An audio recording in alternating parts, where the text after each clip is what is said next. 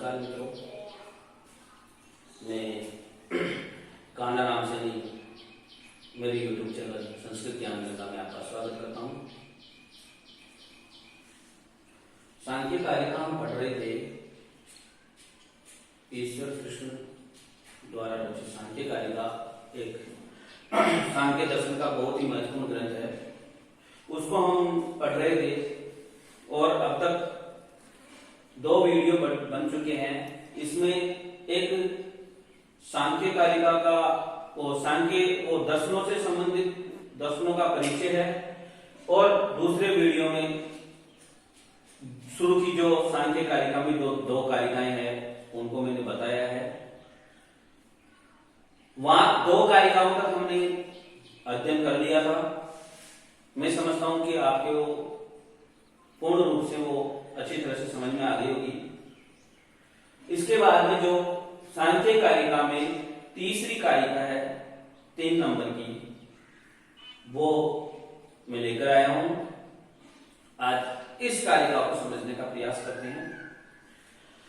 तीसरी जो कारिका है वो है मूल प्रकृतिर विकृति महदाद्या प्रकृति विकृति सप्त षोडशस्तु विकारो न प्रकृति न विकृति पुरुष। इस कारिका से निश्चित रूप से यदि सांख्य कारिका किसी के सब्जेक्ट है, विषय है, सिलेबस में यदि सांख्य कारिका है तो यह कारिका बहुत ही महत्वपूर्ण है। इस कारिका से निश्चित रूप से एक प्रश्न पूछ लिया जाता है। इसीलिए मैं चाहता हूं कि आप इस वीडियो को पूरा देखें और इसको ध्यान से देखें ताकि आपके ये पूरी तरह से समझ में आ जाए। यदि हम इस कारिका को ध्यान से देखते हैं, इसमें 2 ही शब्दों का प्रयोग किया गया है, एक प्रकृति और एक विकृति। प्रकृति और विकृति, यहां प्रकृति काम है, फिर विकृति काम है, फिर प्रकृति काम है, फिर विकृति काम है, फिर प्रकृति काम है, फिर विकृति काम है और फिर यहां जो विकार है इसका भी अर्थ विकृति ही है। तो हम सीधे रूप से यदि प्रकृति क्या है, प्रकृति का क्या अर्थ है और विकृति का क्या अर्थ है, यदि हम इन दोनों को समझ लें तो हमारे निश्चित रूप से ये कारिका समझ में आ जाएगी। तो शुरू करते हैं, हम इसको समझने का प्रयास करते हैं। जो प्रकृति जो शब्द है उसका अर्थ है, जो प्रकृति जो शब्द है उसका अर्थ है कि किसी को उत्पन्न करने वाला, किसी को उत्पन्न करने वाला।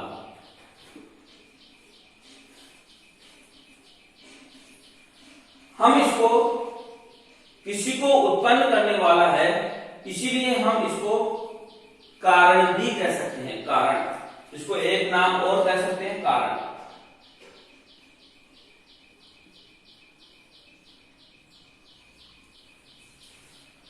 जो दूसरा हमारे जो शब्द आ रहा है वो विकृति।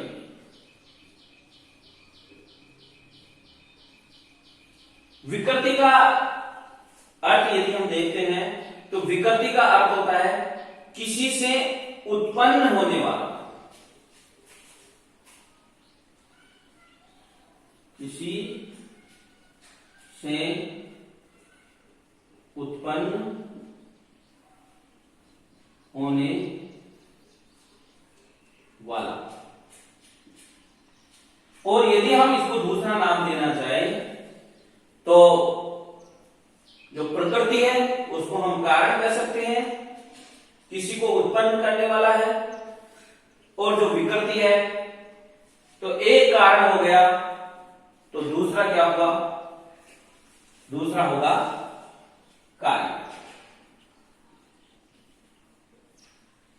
यानी कार्य को उत्पन्न करने वाला कारण हो गया और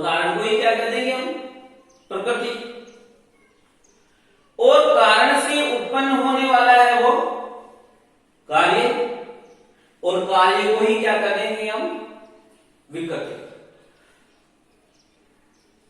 मैं समझता हूं कि आपके ये दोनों शब्द अच्छी तरह से समझ में आ रहे होंगे। नहीं आए हैं तो मैं एक बार और बताता हूं कि जो प्रकृति है उसका शाब्दिक अर्थ है कि किसी को उत्पन्न करने वाला, अर्थात कार्य। और जो विकृति है उसका शाब्दिक अर्थ यदि हम देखते हैं तो अर्थ होता है किसी से उत्पन्न होने वाला, अर्थात कार्य। अब हम इस कारिका को समझने का प्रयास करते हैं। यदि आपके ये दोनों शब्द प्रकृति और विकृति यदि आपके ये समझ में आ गया तो मैं निश्चित रूप से कह सकता हूं कि ये कारिका का अर्थ आपके निश्चित रूप से समझ में आ जाएगा। अब देखो, मूल प्रकृति, जो मूल प्रकृति है, मूल प्रकृति अविकृति, विच्छेद करेंगे तो यहां प्रकृति के आगे र का विसर्ग हो जाएगा, अ बचेगा और आगे हो जाएगा अप्रकृति। जो मूल प्रकृति है अविकृति, वह जो प्रकृति है वह अविकृति है। ये क्या है, अविकृति है। यानी जो ये प्रकृति है यह किसी से उत्पन्न होने वाली नहीं है, ये अविकृति है। यानी ये कार्य नहीं है, ये सिर्फ मात्र कारण है। जो मूल प्रकृति है वह अविकृति यानी किसी से उत्पन्न होने वाला नहीं। विकृति का अर्थ हुआ किसी से उत्पन्न होने वाला और अविकृति का अर्थ हुआ किसी से उत्पन्न होने वाला नहीं है। जो मूल प्रकृति है, जो मूल प्रकृति, जो रूपी जो तत्व माना गया है सांख्य कारिका में, पहला तत्व वह प्रकृति। तो वो प्रकृति कैसी है, अविकृति है। अविकृति का अर्थ है किसी से उत्पन्न होने वाला न होना, यानी किसी से उत्पन्न होने वाला नहीं है। आगे देखते हैं, महद आद्या, महद आद्या, महद आदि। जो महद और आदि है वो महद यानी होता है बुद्धि, और आदि से और तत्वों का ग्रहण हो जाएगा, यानी महद के साथ आदि से ग्रहण होगा अहंकार का, और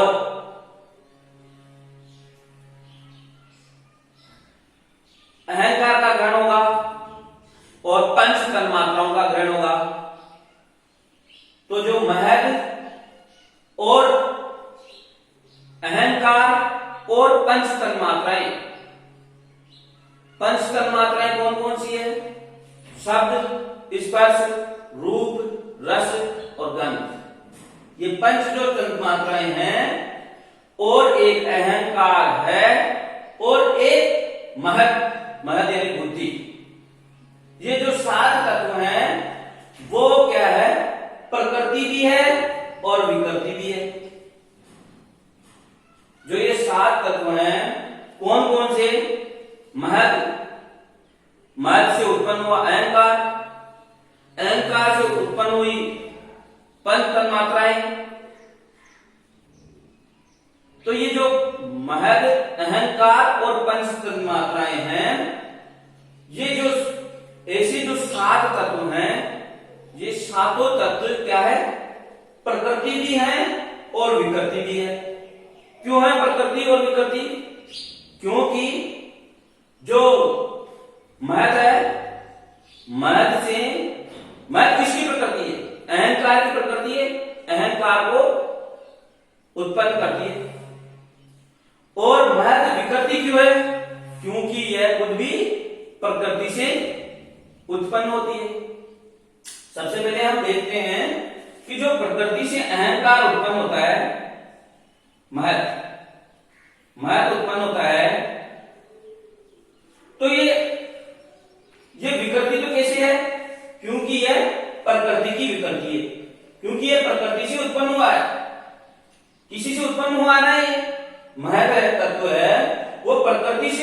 हुआ है, किसी से उत्पन्न होने वाला, ये विकृति इसलिए कहलाई, ठीक है। और प्रकृति क्यों कहलाई? क्योंकि जो महत तत्व है इससे अहंकार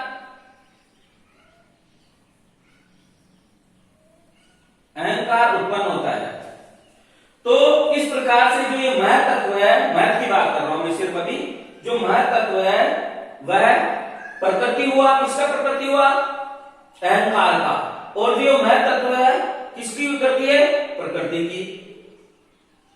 ठीक है, समझ में आ गया होगा प्रकृति के बारे में। उसके बाद में ये महत के बारे में, उसके बाद में जो अहंकार है ये किसकी प्रकृति है? अहंकार किसकी प्रकृति है? अहंकार है पंच तन्मात्राओं की।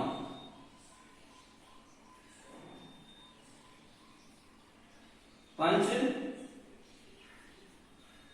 तन्मात्राएं, जो पंच तन्मात्राएं हैं वो कौन कौन सी है? पहली है शब्द,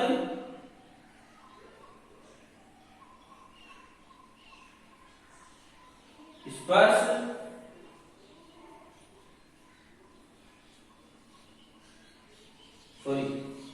दूसरी है स्पर्श, तीसरी रूप, चौथी है रस और पांचवी है गंध। इस प्रकार से जो ये पंच तन्मात्राएं हैं यह अंधकार से उत्पन्न होने के कारण, अंधकार क्या कहलाया? इन पंच तन्मात्राओं का प्रकृति कहलाया, इसलिए ये भी प्रकृति हो गया। और जो ये अब ये प्रकृति हो गया तो विकृति क्यों है? क्योंकि यह महत से उत्पन्न हुआ है। किसकी विकृति है? अहंकार, महत की विकृति है। इसीलिए महत आपके समझ में आ गया होगा कि यह भी प्रकृति और विकृति है, और अहंकार भी आपके समझ में आ गया कि यह भी प्रकृति और विकृति है। दो तत्व हो गए, प्रकृति और विकृति। अब 5 बचे, तो इन 5 तत्वों को भी प्रकृति और विकृति कहा गया है सांख्य कारिका में। तो ये प्रकृति और विकृति क्यों है? तो आपको विकृति तो समझ में आ गया होगा, क्योंकि यह किसकी विकृति है? अहंकार की। इसीलिए ये अहंकार से उत्पन्न हुए हैं, इसीलिए ये विकृति तत्व कहलाए। अब प्रकृति क्यों कहलाए? क्योंकि इनसे पंच महाभूतों की उत्पत्ति होती है। पंच महाभूत कौन कौन से हैं? शब्द से आकाश की उत्पत्ति होती है,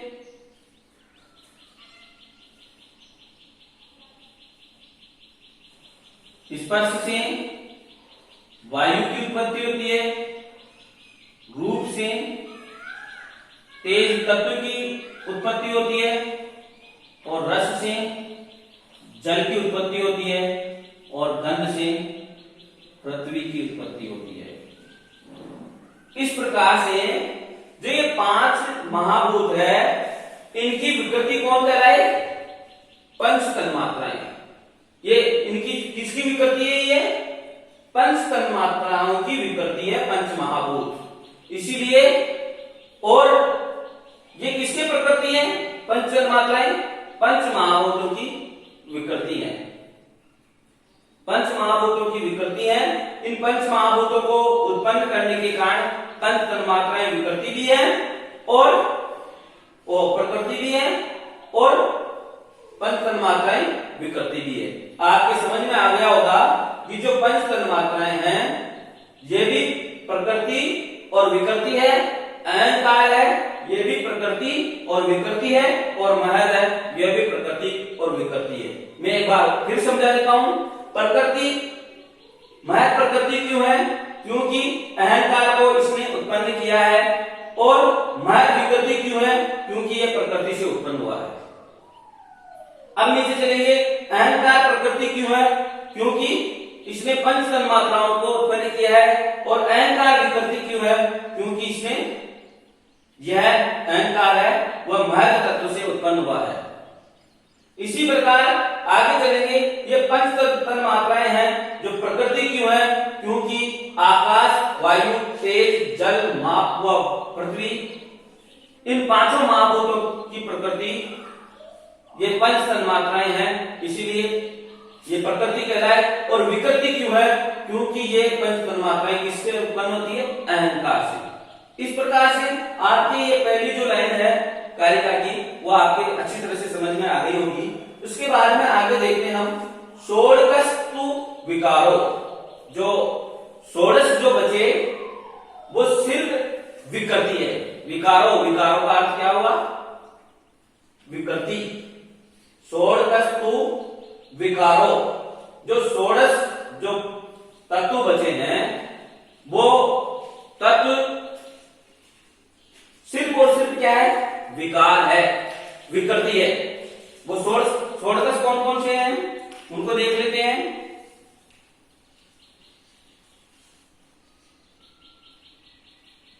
पंच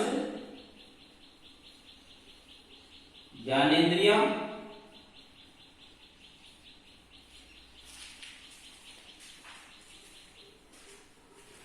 और पंच कर्मेंद्रिय,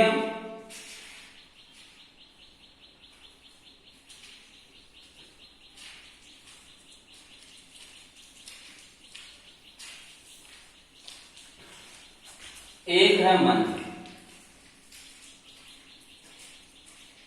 ये उभय इंद्रिय कहलाती है।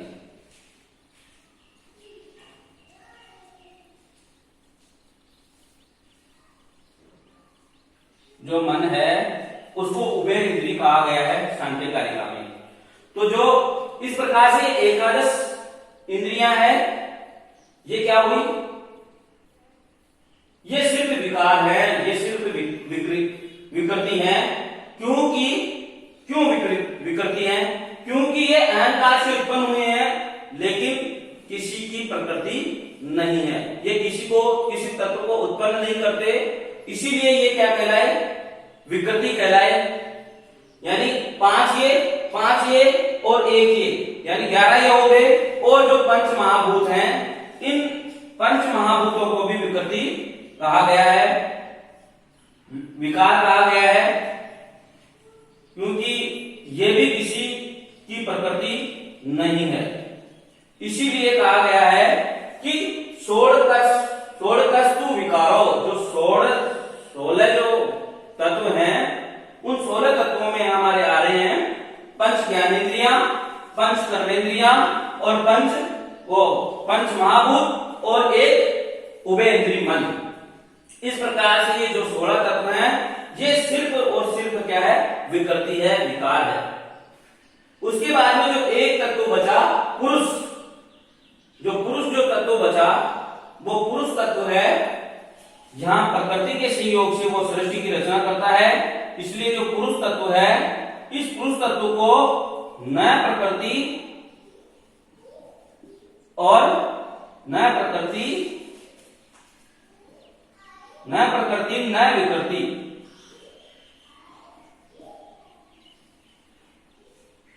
जो ये पुरुष तत्व है ये न तो किसी की प्रकृति है और न किसी की विकृति है। यानी जो ये पुरुष तत्व है यह न तो किसी से उत्पन्न हुआ है और न किसी को उत्पन्न करता है। इस प्रकार से आपकी ये कारिका मैं समझता हूं बहुत ही अच्छी तरह से समझ में आ गई होगी। तो यदि आपको मेरा ये वीडियो पसंद आया तो आप इसको लाइक और शेयर जरूर करेंगे। अगले वीडियो में हम इससे आगे की कारिकाओं का अध्ययन करेंगे। धन्यवाद।